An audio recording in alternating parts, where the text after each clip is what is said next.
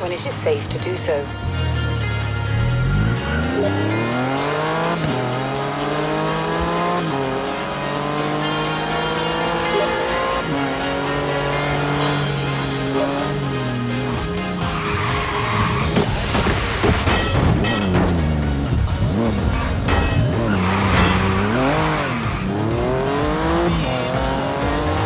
In 400 yards, turn right.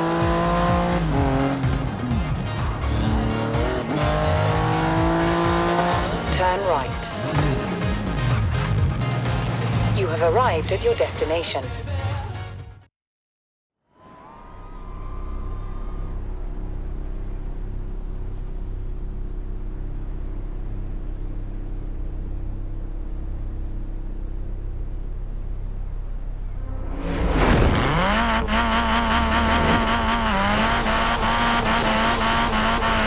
Turn right.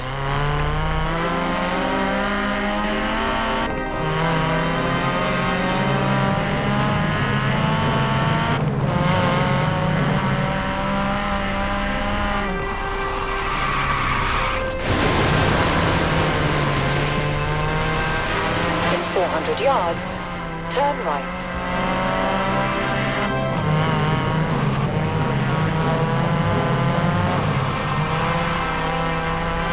Turn right.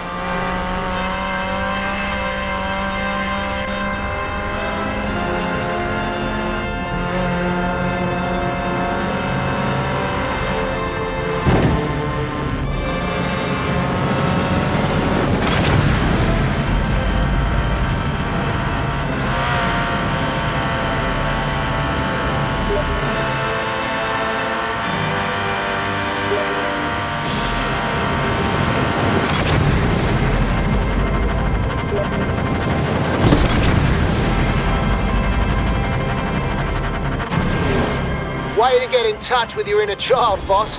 Tick that one off.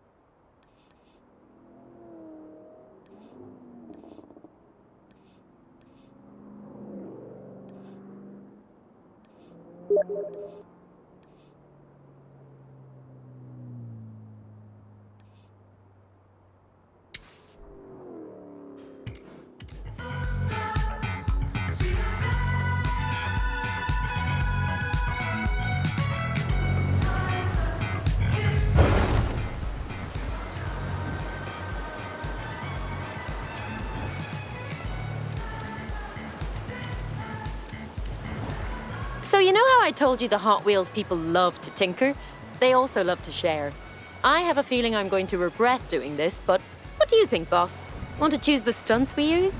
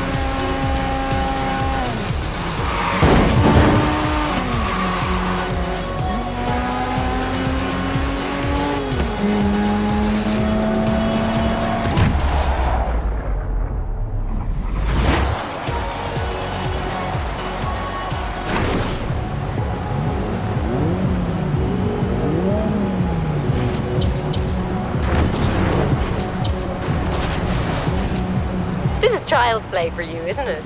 Well, that seems appropriate at least. Have some medals. See you in the next round.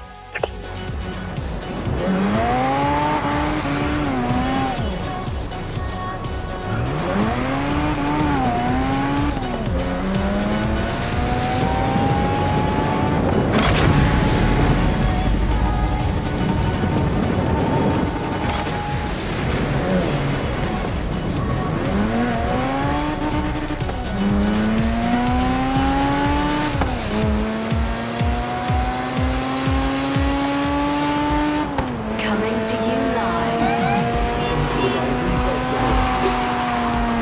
Horizon Pulse.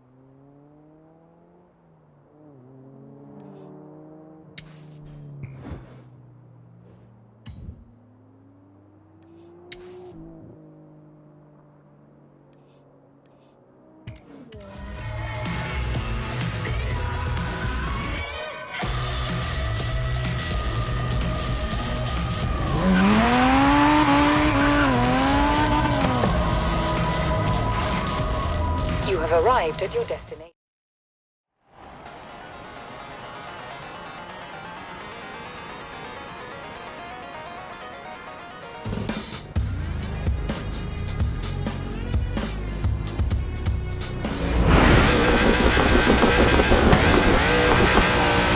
Turn left.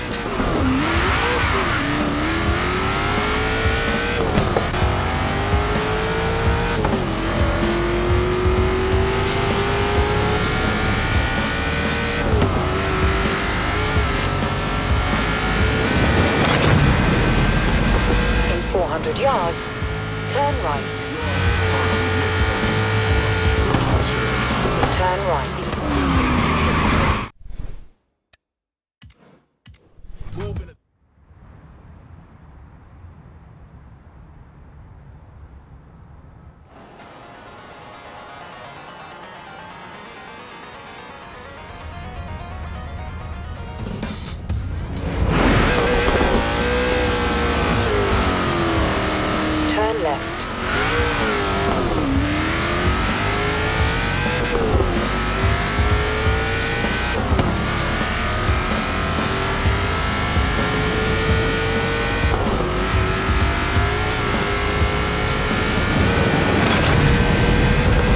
In 400 yards, turn right.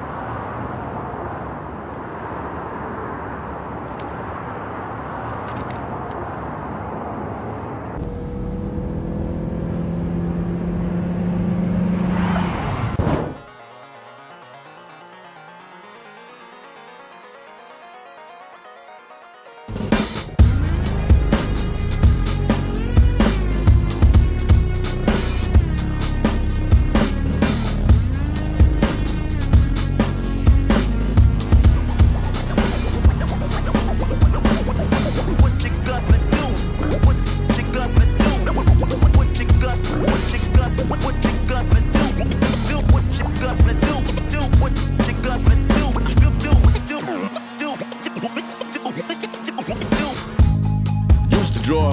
Hard to admit that I used to draw. Portraiture in a human form. Doodle of a two-headed unicorn. It was soothing. Moving his arm in a fusion of man-made tools and a muse from beyond. Even if it went beautifully wrong, it was tangible truth for a youth to refuse to belong. No name nuisance. Stews in a bedroom. Ooze in a brand new cuneiform.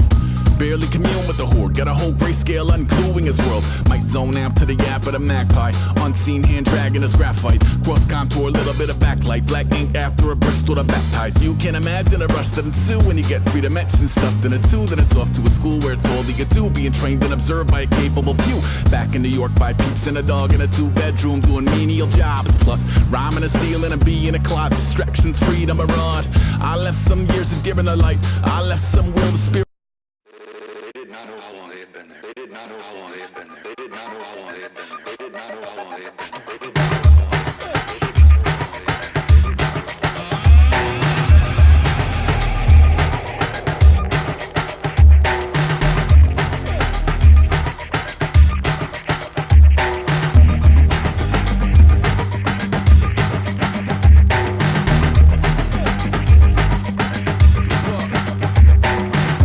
Unsigned hype, frontline aeronauts flurry. Zero dark 30, zero friends, minotaur, fugly stepchild. Evoke lunch, jumped over plunging necklines. Up beside tongue-tied, hungry enzymes. Devolved in a Mothman, munching textiles. Punisher, out past go time, back 10 fried worms chubbier. Brown grass both sides, canned food, man-made tools. Lanacan band-aids, mandrake root. Bindle on a broomstick, pancake shoes, and a handshake proof campaign. Can't lose, can't gain.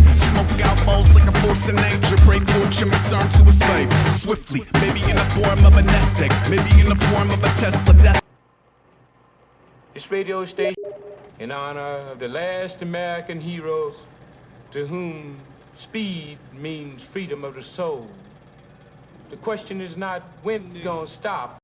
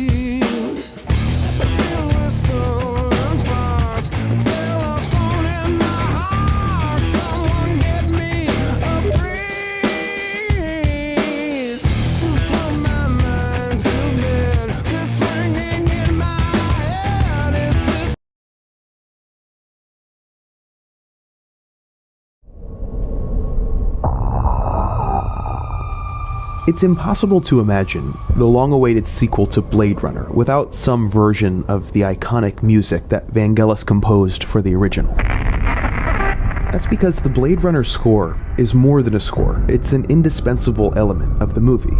I mean, you could make that argument about almost all film music. A movie minus its music is not the same movie. I mean, that's true too if you were to swap one kind of music for another.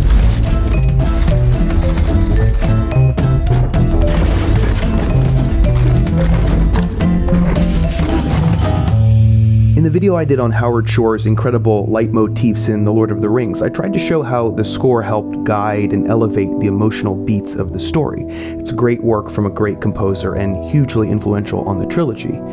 But I think Blade Runner's music is different. It plays a different role. The score isn't laid on top of the visuals. It's not a guide or an addition. The music is sort of baked into the DNA of the movie itself. All the audio that you hear, including score, sound design, and dialogue, it's tightly integrated. Each blurs into the others.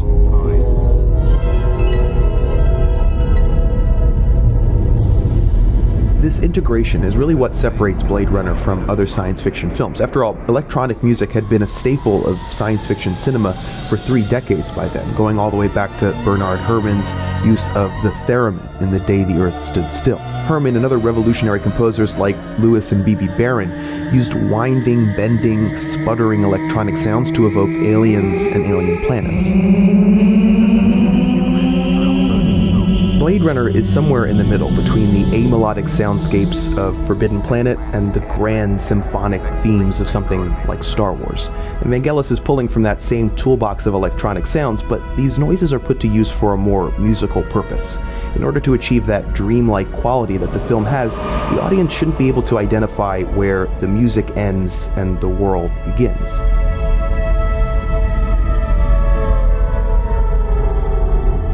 The atmospherics that infuse this scene are a good example of what I'm talking about. They sound a little bit like wind chimes, something that could very well be in the space, and match pretty well with the dancing light on the walls.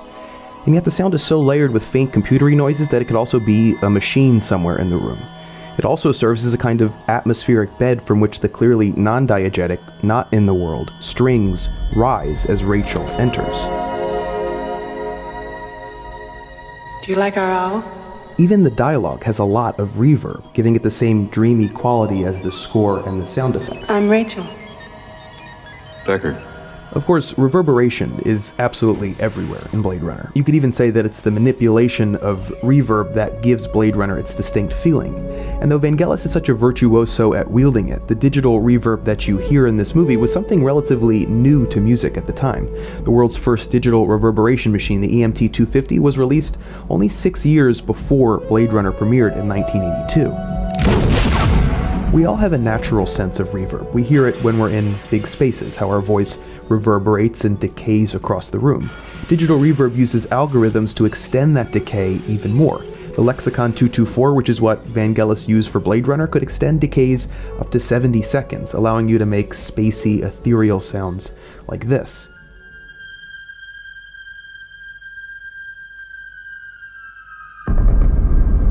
The emphasis on reverb accomplishes a few things. As essayist Andrew Stiller noted, heavy reverb, because it implies a huge, enclosed, hard surface space, creates a mood of mystery and paranoia.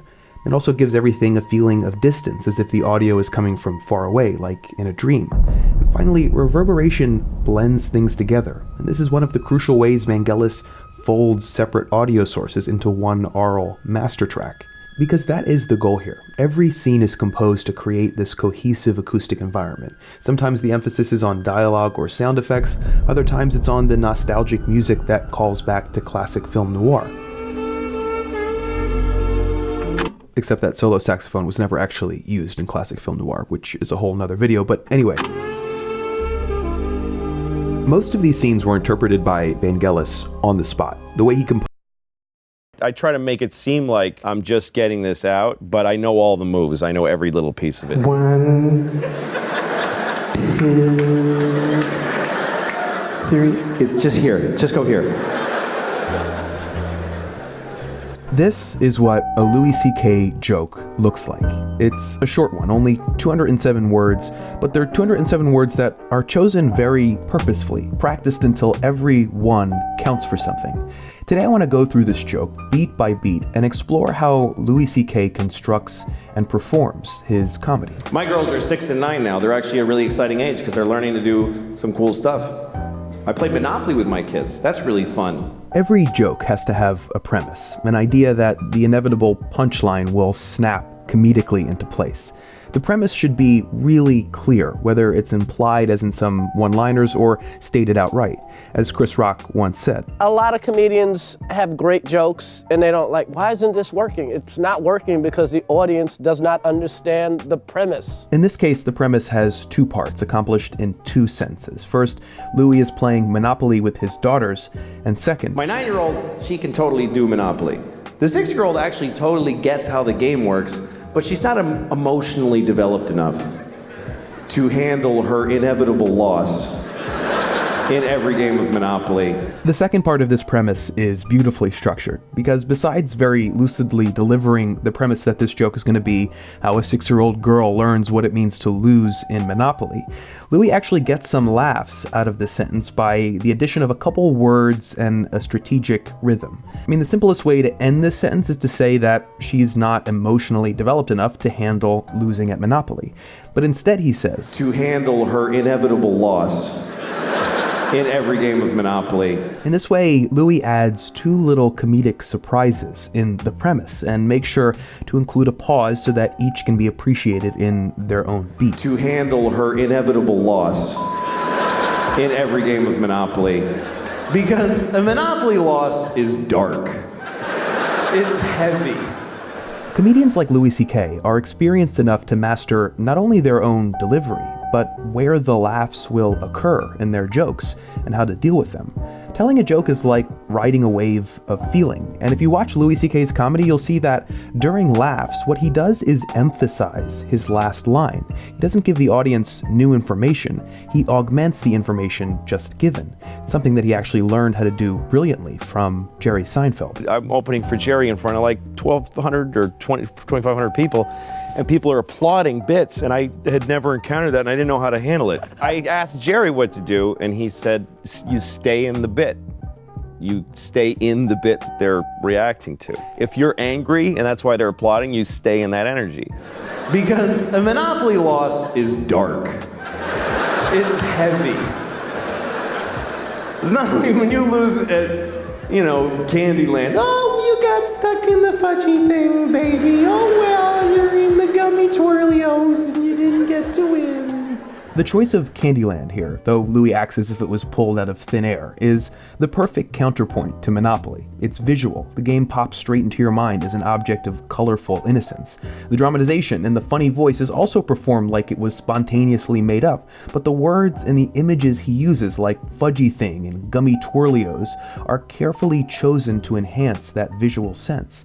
Louis is never not in control, and that's important because since the premise has been so strongly set up and the counterpoint drawn out so vividly, the laughs that Louis gets here are actually laughs in anticipation of a punchline not yet said. The audience is already imagining how dark the Monopoly loss is going to be. Just watch how he gradually increases these anticipatory laughs like the audience is a fiddle to the final 3-word punchline. But when she loses at Monopoly, I gotta look at her little face and I go, okay, so here's what's gonna happen now, okay?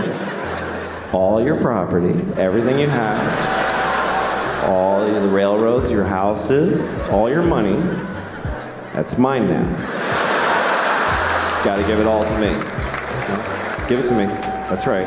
One thing Louis doesn't get recognized for enough, in my opinion, is his ability to dramatize in his jokes. When he acts out this conversation with his daughter, the light touch he gives, especially with that hand movement right on the punchline, really locks the audience into the space where he wants them to be. The audience needs to see this situation from a 6-year-old perspective for it to work. And if he succeeded, the tags, or the 2 additional punchlines that follow, will be that much more devastating and hilarious. And no, you can't play anymore, see, because even though you're giving me all of that, it doesn't even touch how much you owe me. Doesn't even touch it, baby. You're going down hard. It's really bad. Casting the audience in the perspective of a 6-year-old is important for another reason, because I think on a deeper level, Louis is actually trying to make a comment here on the actual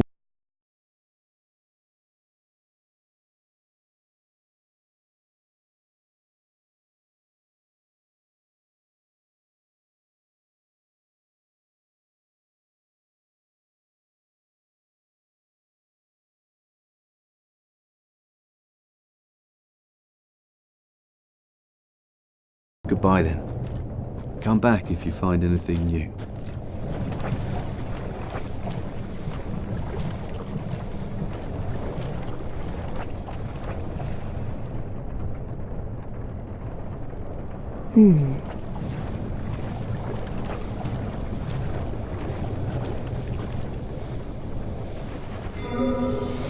A mere undead, yet you can see me. Fascinating. I am Quelana of Izalith. I am not often revealed to walkers of flesh. Are you too one who seeks my pyromancy, like Salomon? Very well. You shall be my pupil. Long ago, I accepted another pupil like yourself. Over 200 years ago, there was a man almost as bungling as you. In your world, he was called Salomon, the master pyromancer. The little rascal really made something of himself. Now go. Whatever you do, do not crack and go hollow, lest my time spent on you be wasted.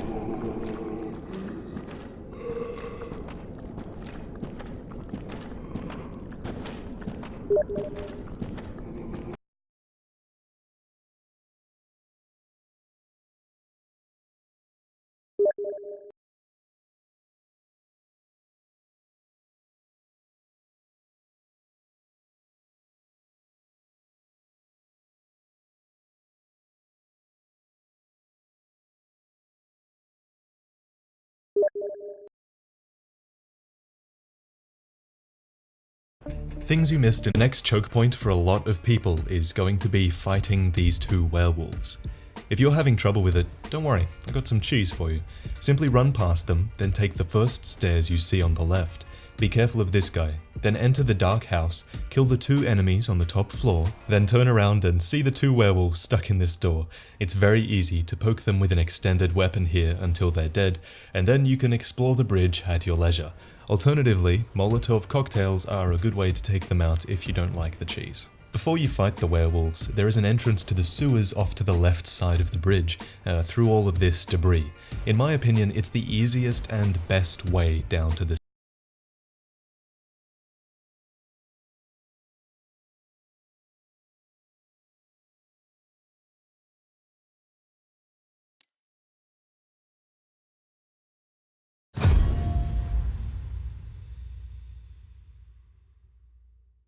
Let's go over. There are a lot of things in Bloodborne that I never really got to talk about. These are discoveries that shocked or impressed me in some way when I learnt about them, so when I tell you about them today, I'm kind of betting that you guys will give the same response. Let's get started. The first is something that blew people's minds about 5 months ago. User Chimchari of Reddit didn't run past the Winter Lantern enemy like a sane person would. Instead, she actually took the time to look closely at it and study it. What she found was pretty chilling. She discovered that the Winter Lanterns bear striking resemblance to the plain doll from our dream, down to the smallest little detail on their clothing, every fold of cloth even. When you read over that thread now, you realize that most people didn't believe her at first, until a guy named Jeremy took high-res screenshots of the enemy. Let's take a close look at what they found. The red scarf overlays perfectly with this piece of flesh, the 4 seams on the torso are visible on the lantern's clothing, the corset even takes the same angle on both waists, and there's even the rumpled V-shaped nightmare by Mikolash when the dream was conceived. There's a lot I want to say on this, but it's too detailed for this video, so I'll write a document and I'll leave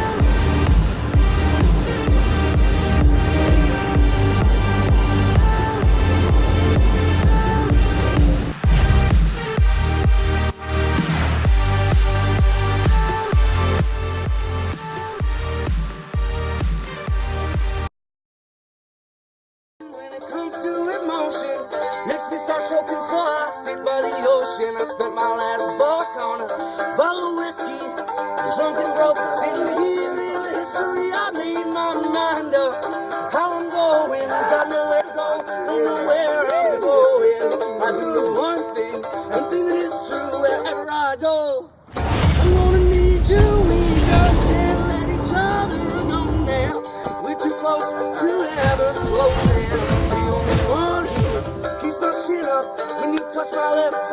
We're like two dogs stuck cold. Cold beer, don't you ever worry. I am right here, never live without you. Don't care what I amount to.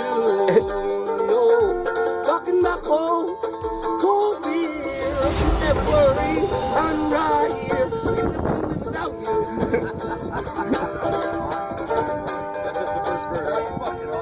I'll pick you up, I'll take you home, sit on my couch, turn off my phone, cause I love your taste, love your smell. Who'd have ever thought that we could do so well? Hell, I guess we're meant for each other, so like the microphone in my buddy Bruce Buffer, I can't really express my joy, sort of like a scrap of weed. All's good and bad, but I can't take my eyes off you. Went to rehab, thought that I lost you, but now we're back together with a vengeance. Must be my little Irish descendants. It feels pretty good to get this off my chest, even though No cure for fools. Jess is obsessed. Well, maybe I have, maybe you're right. One thing that I know, it was love at first sight. Cold, cold beer, don't you ever worry. I'm right here, I can never live without you. We do what we I must. wouldn't even want to. Cold, cold beer, don't you ever worry. I'm right. Local sandwich. You don't care what I amount to. One more verse. I wish there was more instruments so I could be solo, but I'm not gonna write this.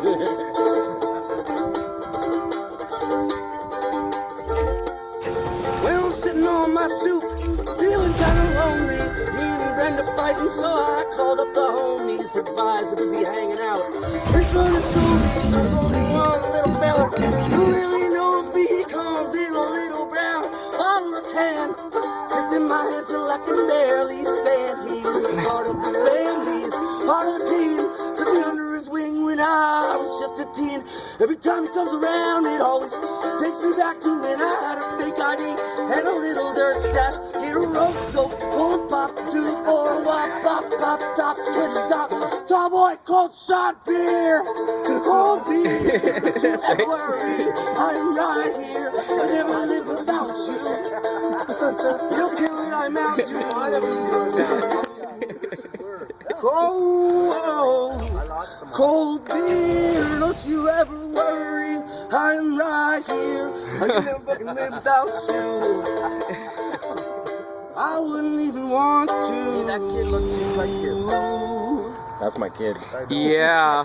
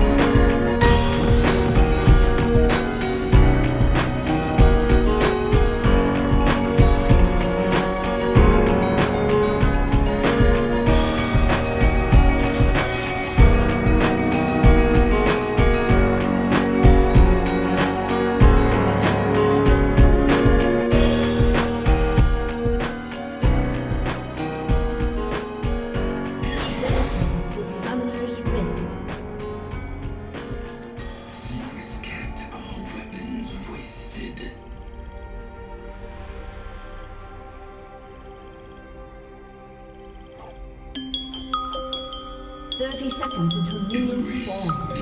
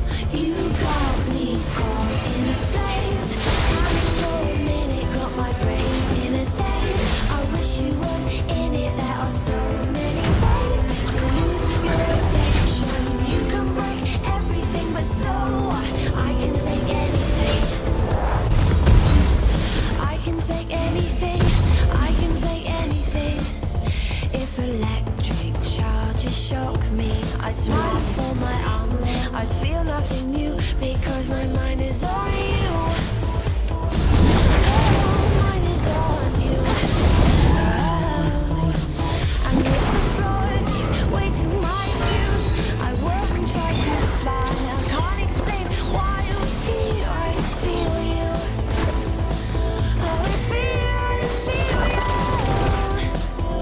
You got me caught in a space. I wish you were in it. You can break everything, but so what? I can take anything. And I heat in my bones, but you break me with stones.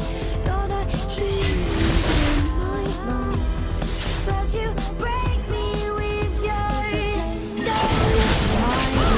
I won't even think. I couldn't try to move. My mind is always on you. My mind is always on you.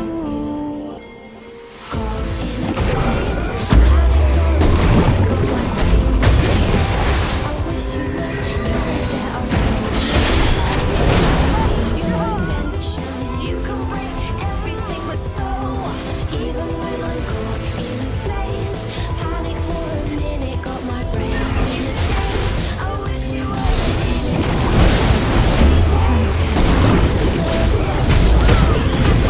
Everything, but so what? I can take anything.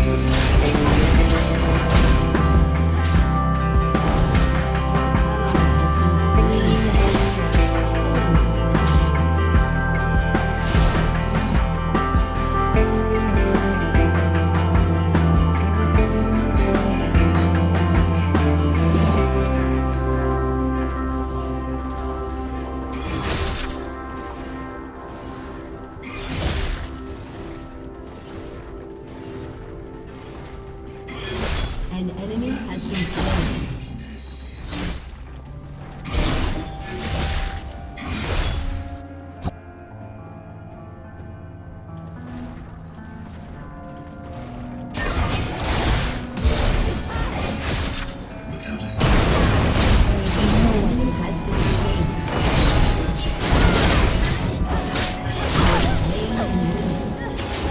Godlike.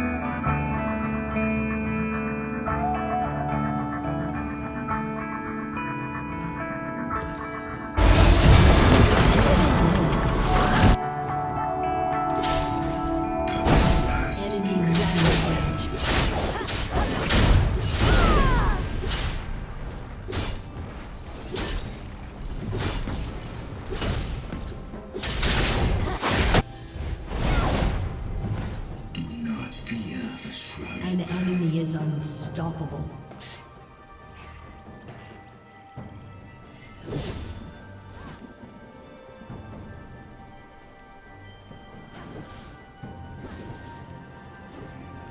You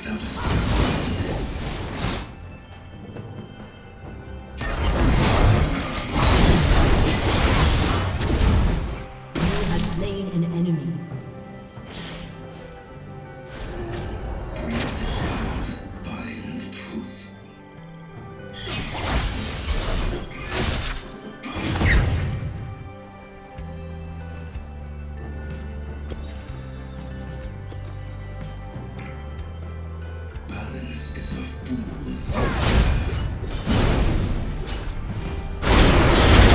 An enemy is dominating.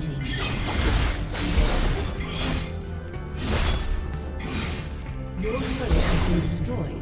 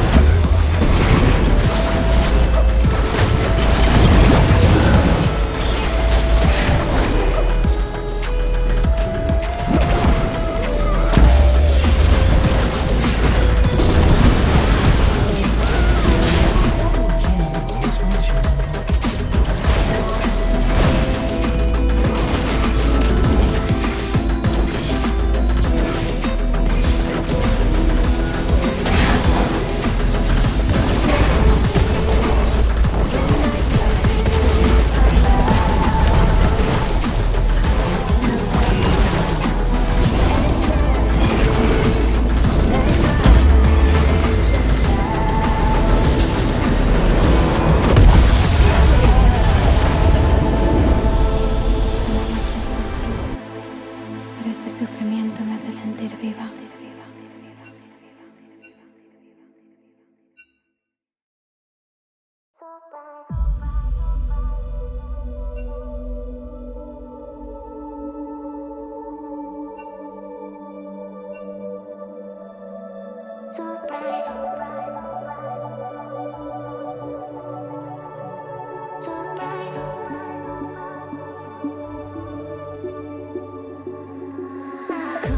Conversations running through my head, and I see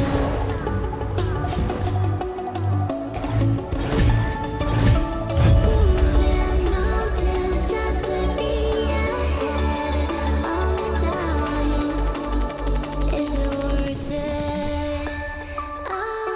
Now I'm stuck in this feeling that like I'm up on the ceiling, so shy. Got it up through the recent silence. Don't know whether to be mad or be silent. Listen for intrusions that let me get in the music. I'm so bright. Don't know if I'm a nuisance that got me tired of choosing. Alright, conversations running through my head. I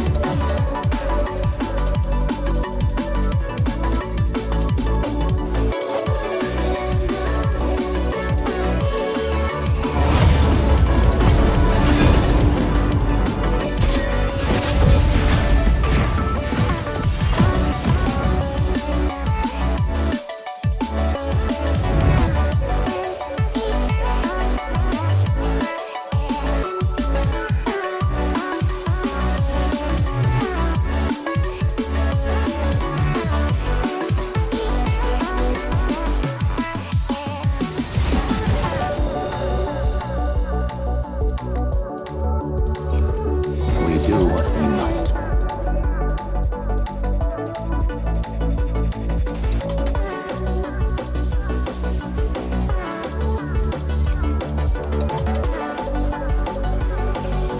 I won't be denied.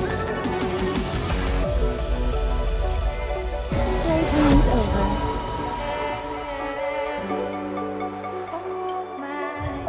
A silent death.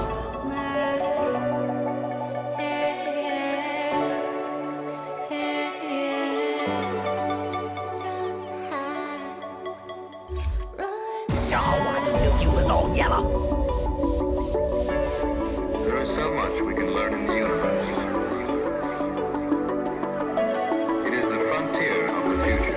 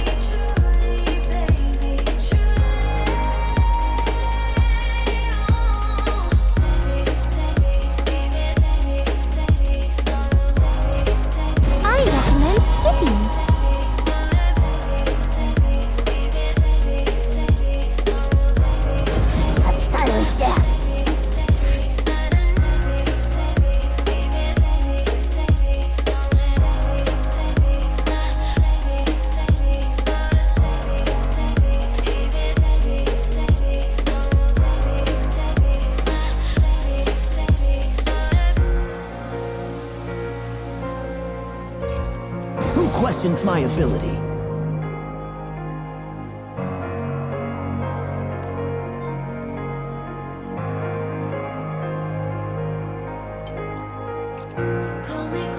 Is that fear I smell?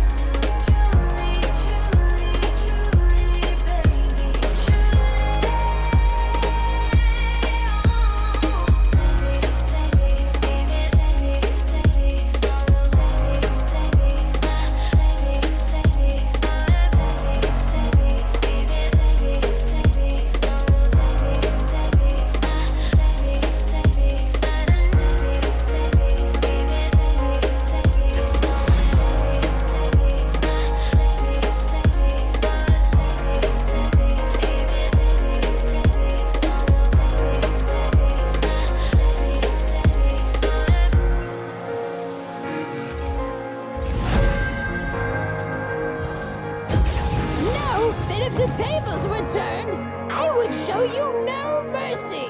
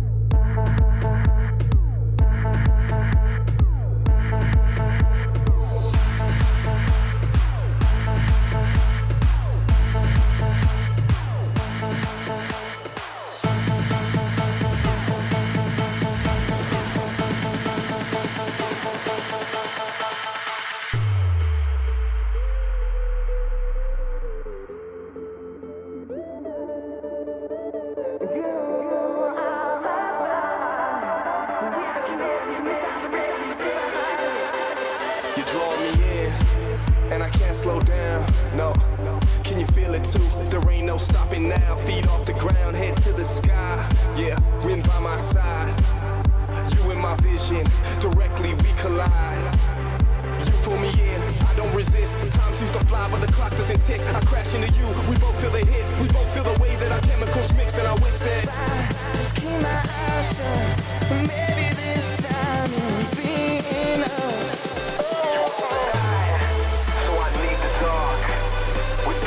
Here I wouldn't never see the stars. I'm headed for ya. Put on the gas. I'm coming straight at you, no looking back. You are my star. We are connected, missiles directed to the high. You are my star. We are connected, missiles directed to the high. Then we collide.